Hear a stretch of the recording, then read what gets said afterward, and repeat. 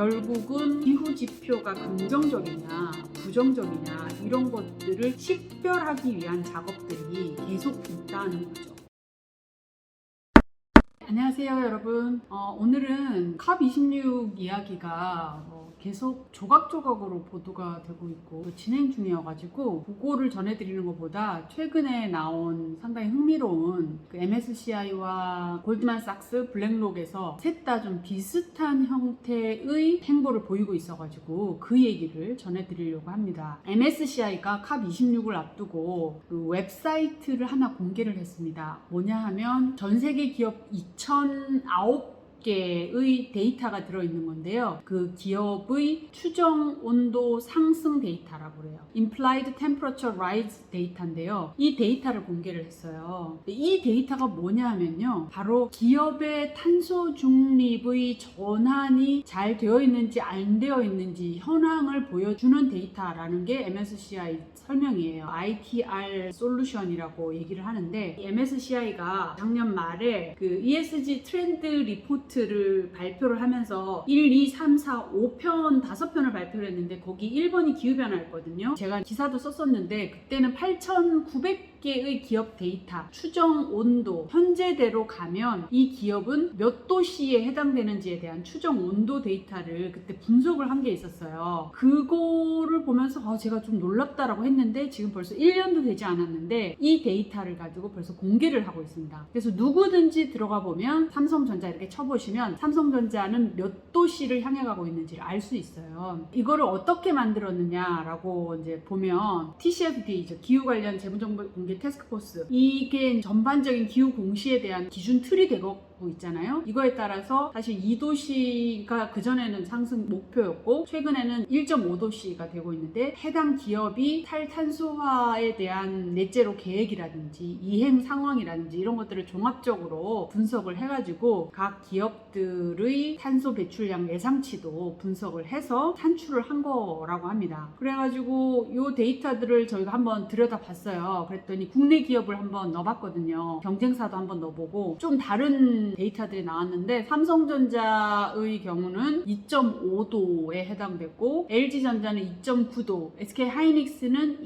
2.39도 정도고요. 애플 2.06도. 애플이 말하자면 삼성전자나 LG전자에 비해서 기후 대응을 잘하고 있다라고 볼 수 있는 거죠. 이것만 보면. 현대차는 4도가 넘는 걸로 나와 있어요. 아직 전기차라든지 이런 것들이 제대로 반영이 안 돼서 그런 걸 수도 있을 것 같은데 반면 테슬라의 경우는 2.81도로 나오고요. 도요타도 4도 이상으로 되어 있어요. 삼성바이오나 셀트리온은 아무래도 제약회사이고 여러 가지 정유라든지 현재 철강 이라든지 이런 제조업에 비해서 훨씬 더 유리한 입장이다 보니까 1.81도 이렇게 되어 있습니다. 네이버 카카오도 마찬가지고 네이버가 1.48도, 카카오가 1.58도 정도이고요. 전체적인 또 나머지 기업들을 보니까 SK그룹사가 이제 4도가 넘는 걸로 되어 있고 엑손모빌, 아람코 이런 데 다 4도가 넘고요. 마이크로소프트가 상당히 낮아요. 1.58도로 났습니다. 아마존도 2.26도 이렇게 되어 있거든요. 그래서 홈페이지에 들어가 보면 MSCI의 등급이 나와요. AAA인지 A인지 B인지 C인지 이런 등급이 나오는데 이 등급 옆에 기후 온도까지 넣겠다라는 거거든요. 그러니까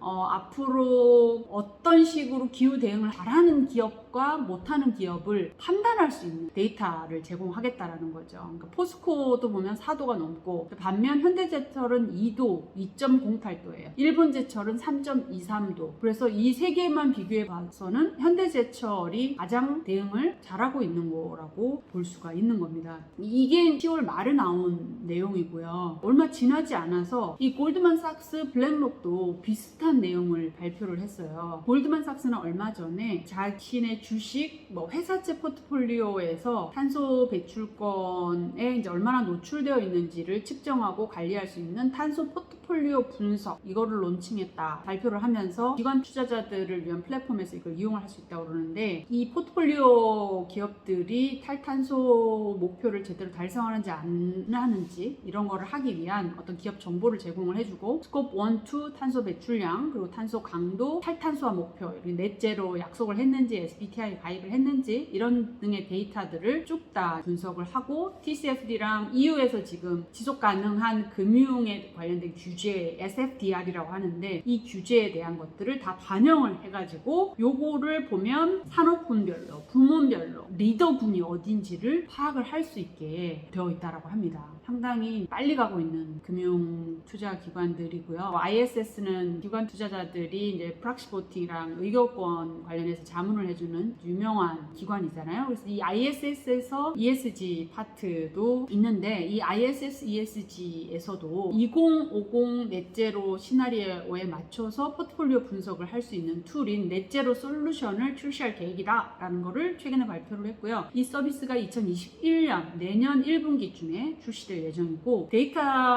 기업 제공하는 기업들이 꽤 많습니다. 그래서 기후 데이터 29,000곳, 에너지 광물 데이터 기업들이 뭐 23,000곳, EU 텍소노미 기업 8,000곳 이렇게 다 커버를 할 거라고 하고 아까 MSCI 같은 경우도 최근에는 2,900개 했지만 앞으로 한 8,900개, 9,000개까지 다 오픈한다라고 얘기를 하니까 결국은 기후 지표가 긍정적이냐 부정적이냐 이런 것들을 식별하기 위한 작업들이 계속 있다는 거죠. 블랙록도 얼마 전에 투자 포트폴리오에서 기후 변화에 얼마나 노출되어 있는지 이거를 나타내는 이제 온도 점수를 담은 새로운 측정 기준 올 연말까지 추가를 하겠다라고 이야기를 했어요. MSCI가 지난해 말에 기후 변화에 관련된 트렌드 리포트를 발표를 했을 때 그때 MSCI가 8,900개의 포트폴리오에 있는 추정 온도 상승기 얼마인지를 한번 쫙 분석해서 그 보고서를 낸 게 있거든요. 거기 그때는 포트폴리오 전체 8,900개 기업 중에서 한 16% 정도가 2도씨 상승 시나리오고 1.5도 시나리오에 있는 게 한 5% 정도라고 했거든요. 그러니까 5%밖에 안 되는 기업이 8,900개 중에서 이 1.5도고 나머지가 다 4도가 넘으면 결국은 이게 전반적으로 기업들의 탈탄소 노력이 아마 지지부진해지니까 이런 금융 투자 기관들이 이제 앞장서서 이런 툴을 이용해서 비교 가능할 수 있게 데이터를 다 오픈을 해가지고 이런 형태의 변화를 계속 촉진시키는 것 아닌가 하는 이제 생각이 듭니다. 물론 이 방법론이 어떤 것인지에 대해서 다 오픈을 하고 있지는 않아요. 그래서 우리가 무슨 근거를 가지고 하고 있냐. MSCI 같은 경우는 기후 핀테크로 유명한 스타트업이었는데 카본 델타를 인수해가지고 거기랑 같이 작업을 하고